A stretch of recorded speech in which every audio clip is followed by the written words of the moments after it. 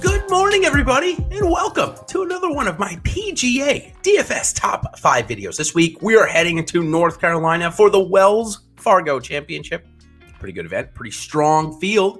It should give us plenty of options to fade, and of course, a little bit easier for me to talk about this type of stuff when I'm coming off of a week where I think I got like an A-. For any of you professors or teachers out there that are watching, let me know what you think my grade is. Again, I'm leaning toward an A-. Maybe some professors would give me that B+, and I'd have to do a little extra credit, if you will. But how about the extra credit being this week where I'm going to go 5 for 5? At least that's the plan, right? Let's go ahead and jump right in, go into transparency corner, see why I believe I got the A-. Well, let's start with Kevin Strowman, Russell Henley, and Chris Kirk. All over 20% owned, or close to it, I should say. Not all over 20%, all over 10 at least. Kirk and Henley way over 20. Oh, missed the cut. Love to see it. Charlie Hoffman and Lucas Glover, however, well, they ended up making the cut, but neither of them got inside the top 10.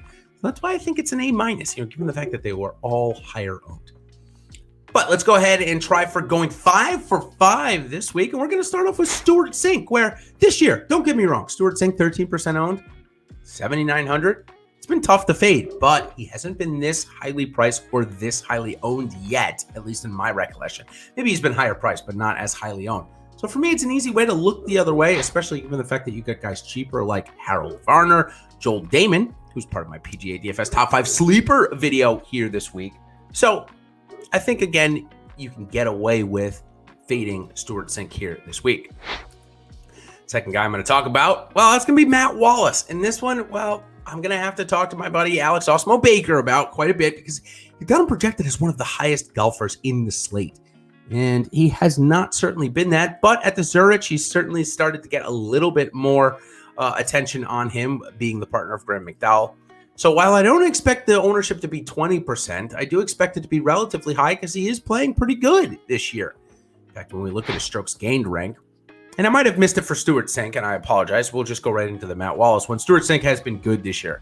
119 off the tee, 29 on the approach, 124 around the green, 82nd putting. Sorry, I didn't bring that up before. Now let's go to Matt Wallace and see why people want to roster him. 145th off the tee, well, that's definitely something he can work on, but how about 8th and 47th putting is a combination you would like to have on the PGA Tour. But again, 7,500 for an event that I expect to be a pretty strong field event, a pretty difficult one. I don't think we need to give 20% to Matt Wallace in this range. So for me, I will take the under. But again, keep in contact with the rest of my content this week. Like I said, Alex and I typically talk about ownership late on Tuesday. We riff-raff and go over the projections, see if there's anybody high or low. Right now, if Matt Wallace trends higher, I'll certainly be fading a good amount. If he trends lower, I might end up on the field, but of course, want to be transparent fully and 100%. So let's go into my third guy now. It's Shane Lowry. And while Lowry has certainly made a nice comeback, he was going through a really rough stretch of golf. And in fact, it looks like possibly it was mainly due to his putter. When we check in on his strokes gained rank for the year for Lowry, it's pretty good. 46th off the tee, 60th on the approach, 29th around the green, but as I just mentioned, 156th on that putting. So looking at the form for Lowry, it has been good. We have made now 5 straight cuts. 2 of them have come in the top 10. So why am I fading here? Well, I just don't think that this is a perfect golf course setup for Shane Lowry. He came in 34th a couple of years ago here at the PGA Championship. Didn't get too much better for Lowry. So again, I think this is a product of the ownership being a little too high. It came in 48th there at the PGA Championship. So again, for me, the ownership is a little too bit high, and I think that there are other players around him, like Grillo, who blew up the cut last week, or even going up to Bubba Watson, who's 5.1% owned projected. Again, these are golfers that I'd likely rather play over Lowry this week, so that's the way that I'm going. The fourth guy I'm going to fade is a guy that I don't understand if he is this year's Jason Kokrak. I think he very well might be. But at $8,400 in a super strong field, or maybe not super strong, just say strong. We don't need to emphasize the strongness because it's not all that strong.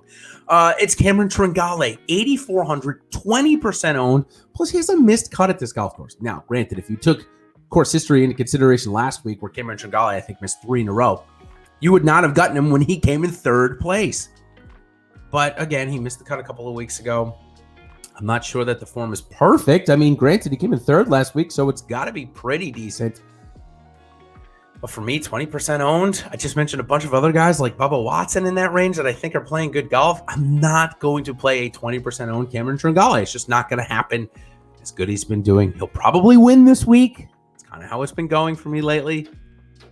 Probably be about 5% owned. When we look at his strokes gain rank, no secret as to why he's been playing pretty good this year is ball striking. He's in the top 50 of both off the tee and on the approach.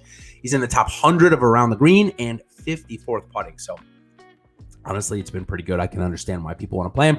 I'm going to try to take the ownership route and fade him. Another guy that I'm going to take the ownership route and fade of, guy that I did last week too, and I'm going to continue to do it until he gets back into the top 10, and that's Patrick Reed.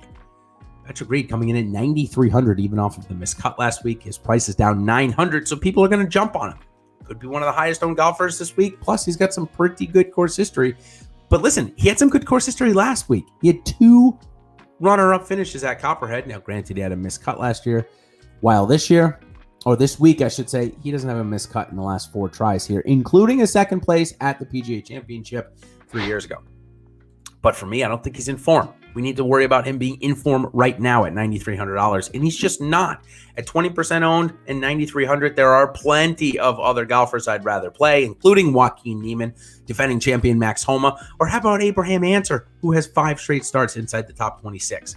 I'd take any of those guys over Reed. In fact, I'd even go down to Sung Jae Im before going to Patrick Reed here this week. Okay, that is going to complete my top 5 fades for the Wells Fargo. Let's go 5-1 as quickly as my New England mouth will allow me to say it. Stuart Sink, Matt Walsh, Shane Lowry, Cameron Trangale, and Patrick Reed. That is it.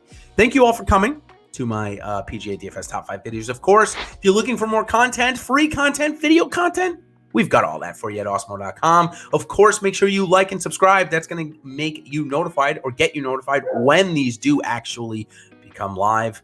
And of course, check out Ben, Raza, and Mai's PGA DFS strategy show today, Tuesday, 1 p.m. Of course, you can watch it back on playback at any time. So until then, everybody, good luck this week at the Wells Fargo, and we will see you on the other side. Cheers.